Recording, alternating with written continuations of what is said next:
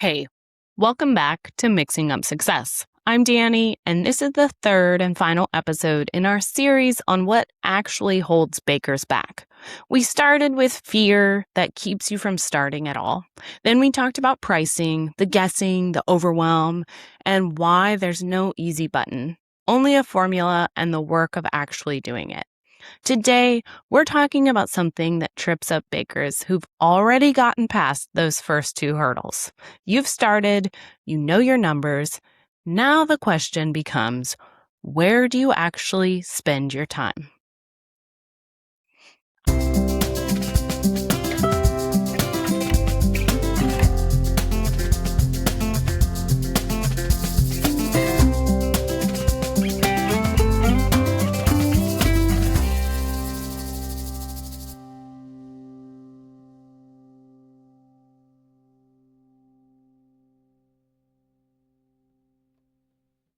I'm Dani, baker, mom, farmer's wife, running this business out of Hood River, Oregon, and pop-ups have become one of the biggest parts of how I actually make money in this business. But I did not start out good with them. Not even close. So today, I want to hand you the system it took me years of forgotten orders and wrong events to build, so you don't have to spend years figuring it out the hard way like I did. Most bakers, once they get going, end up at a market or a pop-up. It's usually the natural next step. It's how you build brand recognition. It's how people who've never heard of you discover you exist. It's how you go from the person my sister-in-law told me about to an actual local name. And I want to be clear, I'm not here to talk you out of pop-ups. I run more than 20 of them a year myself right now in my own business. They are one of the most profitable sales channels. But here's the thing that nobody tells you before your first market. Showing up is not a strategy. And I have watched over and over, year after year, small businesses do exactly that. Show up, set up a table, and hope. Hope people walk by. Hope people buy. Hope it was worth the ingredients, the gas, the 8 hours on your feet, and then they pack up at the end of the day, tired, and they do the math in the car. And the numbers don't add up the way they hoped they would. That is not a baking problem. Your product isn't the issue. It's a planning problem. And planning problems are completely fixable, which is honestly the best kind of problem to have because it means the fix is within your control. I want to sit with that distinction for just a second because I think it matters more than it sounds like it does. A baking problem would mean your product needs work. That's a much harder, slower fix, and honestly a much more discouraging one to hear. But a planning problem means your product's fine. What needs work is everything around it. Which events you say yes to, what you bring, how it's displayed, whether you capture the customer's information before they walk away. That's genuinely good news. Even though it might not feel like it the first time you hear it, it means the skill you already have, the baking, was never the issue. You just haven't had a system yet for the business half of the equation. That's what today is for. Let me tell you what my early pop-ups actually looked like, because I did not walk into this system I use now. I built it after a lot of forgotten orders, a lot of wrong events, and a lot of hard-earned, sometimes painful data. I said yes to almost everything. Any market that would have me, I was there. I brought a huge random assortment of inventory because I figured more variety meant more chances someone would buy. I didn't have clear signage, so people would walk past my table, glance at it, and keep moving. And I'd lose sales I never even knew I had a shot at because nobody stopped long enough to ask a question. I had no system for capturing anyone's information, so every single person who bought from me that day was a one-time interaction. No way to turn them into a repeatable customer who came back to the next market looking for me specifically. And I was treating the whole thing like a fun hobby that happened to bring in some cash instead of a repeatable strategic revenue channel with its own set of rules. I want to name 5 specific mistakes because I think if you've done any pop-ups or markets, at least 1 or 2 of these are going to feel uncomfortably familiar. 1, underpricing because you're afraid to charge what a pop-up premium actually costs. So you work an entire exhausting day and take home almost nothing. 2, bringing random inventory instead of a strategic product mix chosen specifically to sell fast and travel well. 3, no clear signage, so customers walk right past instead of stopping to ask, and you lose sales before you even know they existed. 4, no system to capture contact information, so every buyer is a one-time transaction instead of the start of a relationship. And 5, this is a big one, underneath all the others, treating pop-ups like a hobby instead of a repeatable, strategic revenue channel that deserves its own real plan. If any of those landed a little too close to home, take a breath. I made every single one of these mistakes. This isn't about beating yourself up for not knowing something nobody taught you. It's about fixing it now that you do know. I want to tell you about one specific event early on that changed how I thought about all of this. I said yes to a market because it was close to home and the entry fee was low, which felt like a safe bet. I spent an entire evening baking and most of the morning setting up. I brought a huge, varied spread because I wanted to look abundant. By the end of the day, I'd sold maybe a third of what I've brought. My feet hurt, and when I actually sat down and did the math that night, ingredients, my time, the entry fee, gas, I made something close to $4 an hour. $4 for a day I'd been excited about, that I told my family I'd be busy for, that I'd built up in my head as a real opportunity. That was the moment I realized busy and profitable were not the same word, even though I'd been treating them like synonyms for over a year.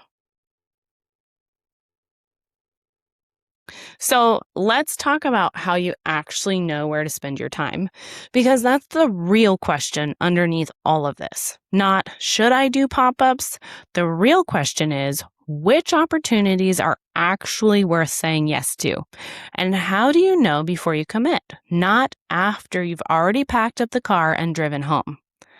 Here's the framework I use, and I want to walk you through it directly because it changed everything for me.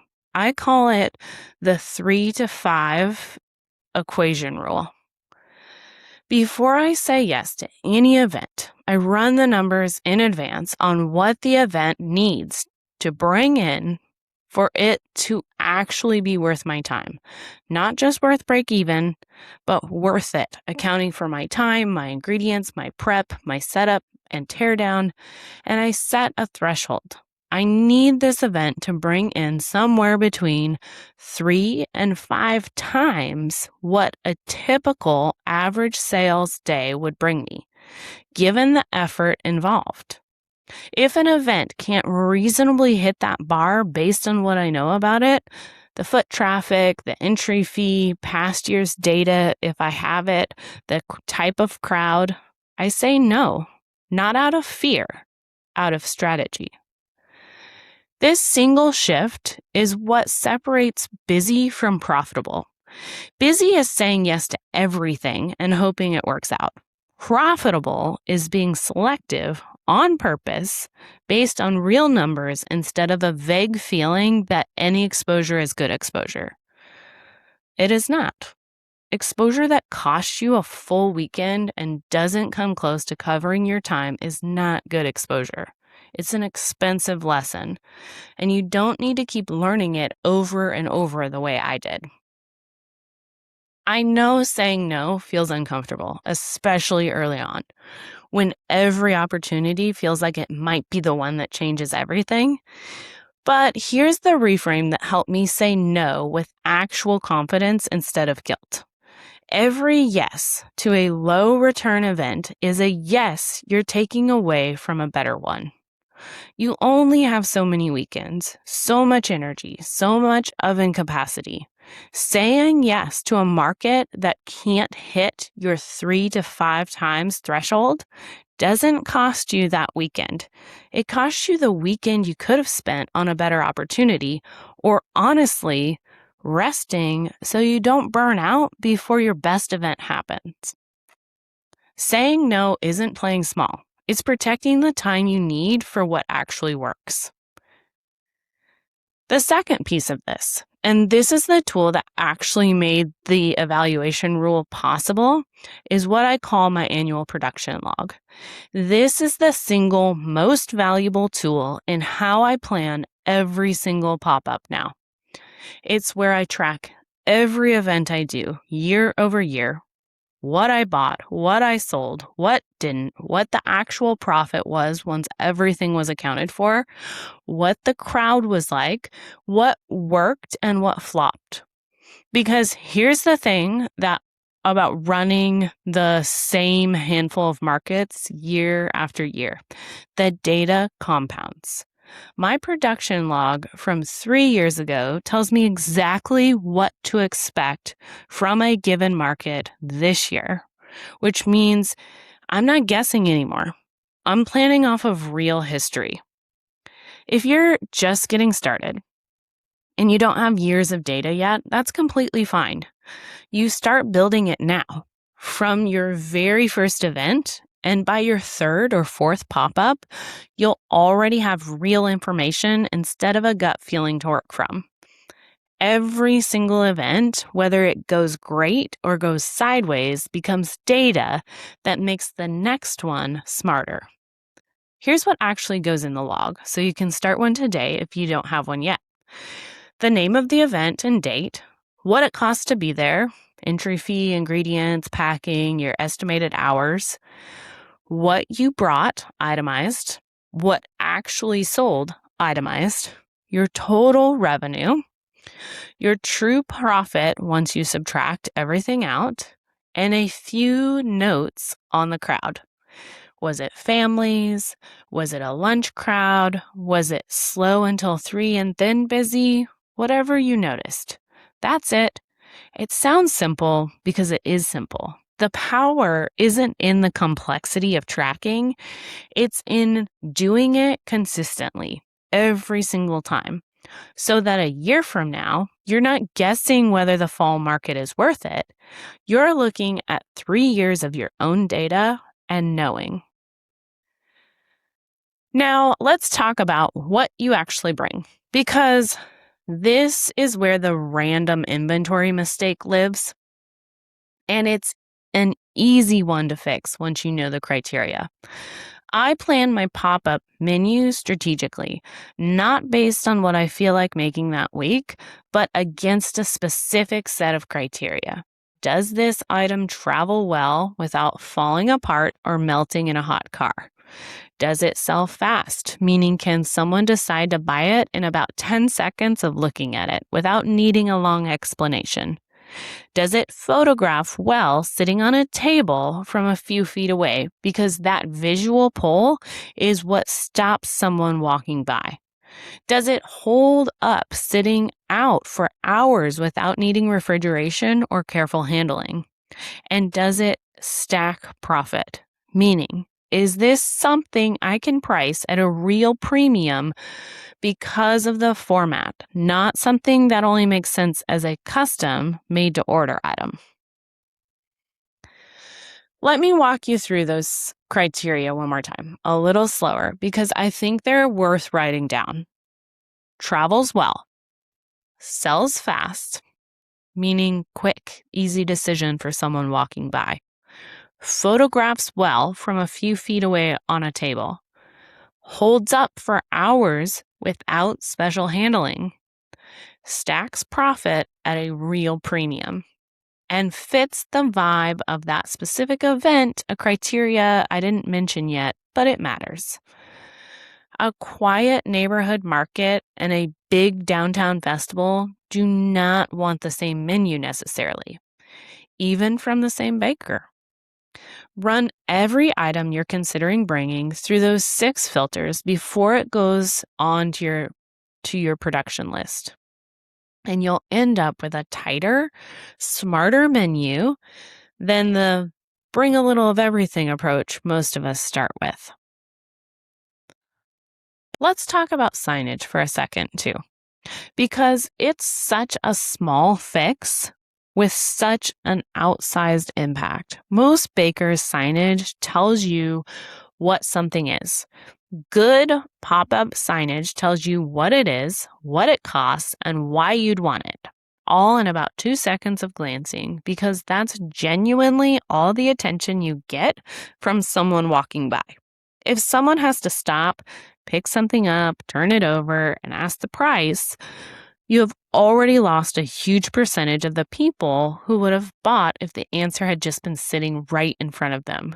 Clear names, clear prices, a short phrase that does the selling for you, that's a whole formula, and it costs you almost nothing to fix.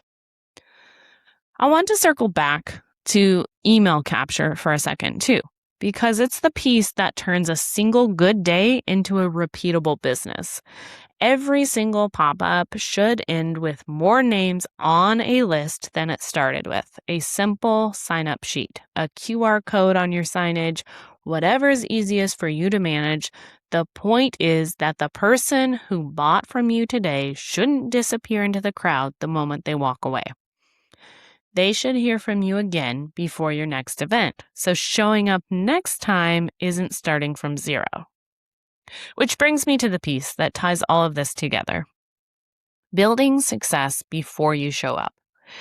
I genuinely believe this is the single most important thing you can do for your pop-up business.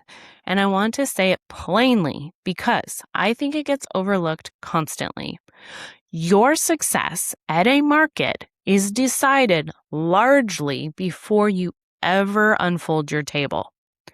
It's decided in the evaluation. Did you say yes to the right event? It's decided in the menu planning. Did you bring the right strategic mix? It's decided in your setup and signage. Will people actually stop and understand what you're selling and why it's worth the price? It's decided in whether you have a system to capture emails or follow. So the people who buy from you today aren't gone forever tomorrow.